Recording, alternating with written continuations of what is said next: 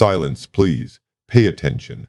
While the majority of you waste your time bickering in digital gutters over which piece of plastic is superior, someone with a functional intellect has decided to end the console war on their own terms. Archibald and I have spent the last few hours analyzing an artifact that defies both corporate logic and the thinning patience of patent lawyers. It is the ultimate amalgam of PlayStation, Xbox, and Nintendo. Adjust your headsets and try to keep up. My patience for repetition is at an all-time low. The Ningtendo PXBOX, a comprehensive analysis of trans-corporate convergence. The philosophical impetus, breaking the tripartite hegemony. The gaming industry has long been defined by a curated scarcity, a digital feudalism where Sony, Microsoft, and Nintendo act as warring lords. Each demands a separate tribute in the form of proprietary hardware. The XNZ project, which we shall henceforth refer to as the Ningtendo PXBOX, represents a grassroots rebellion against this inefficiency. Why occupy 3 slots in a media console when one's intellect and a sufficiently powerful soldering iron can consolidate them? 2. Thermodynamics and the trash can paradigm. Archibald has spent the last hour ruffling his feathers over the cooling schematics. The creator utilized a centralized thermal column.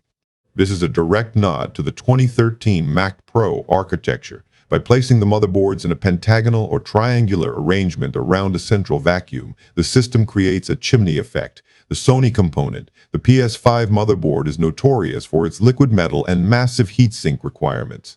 The Microsoft component, the Series X, is already a masterpiece of compact airflow, which XNZ had to respect. The Nintendo component, the Switch 2 board, while more efficient, still adds to the ambient thermal load. Logistically, the risk is exponential.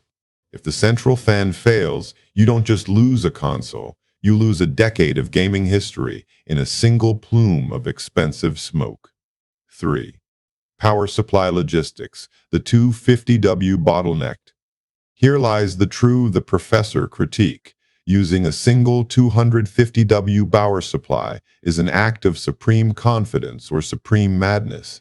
A PS5 alone can pull significant wattage under load. This means the Ningtendo PXBOX is not a simultaneous machine, but a sequential one. Archibald notes that attempting to run a 4K render on the Xbox while simultaneously exploring a kingdom in the Switch 2 would lead to an immediate safety trip of the circuit breakers. It is a masterpiece of managed resources, not infinite ones. IV. The death of the living room aesthetic.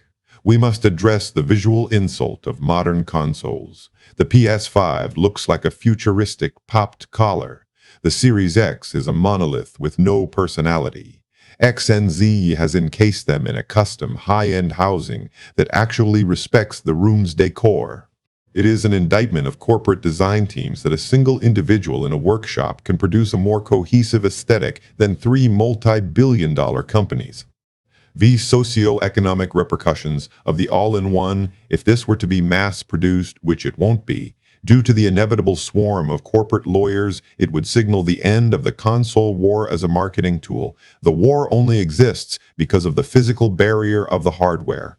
When the barrier is removed, only the software remains. And as I have often told Archibald, software is a fickle mistress. In conclusion, the Nintendo PXBOX is more than just a hobbyist's weekend project. It is a cold, calculated strike against the inefficiency of modern consumerism. It serves as a reminder that while corporations build walls, the determined mind and a reasonably competent duck will always find a way to tear them down. I trust this breakdown has provided the intellectual stimulation you so clearly lack in your daily scrolling. Archibald has already packed his tools and is currently demanding a premium blend of cracked corn as payment for his oversight. I suggest you find a way to compensate us both with your undivided attention in the next report. Do try not to faff about with the settings too much. We would not want you melting your hardware in a vain attempt to mimic greatness. Goodbye, for now.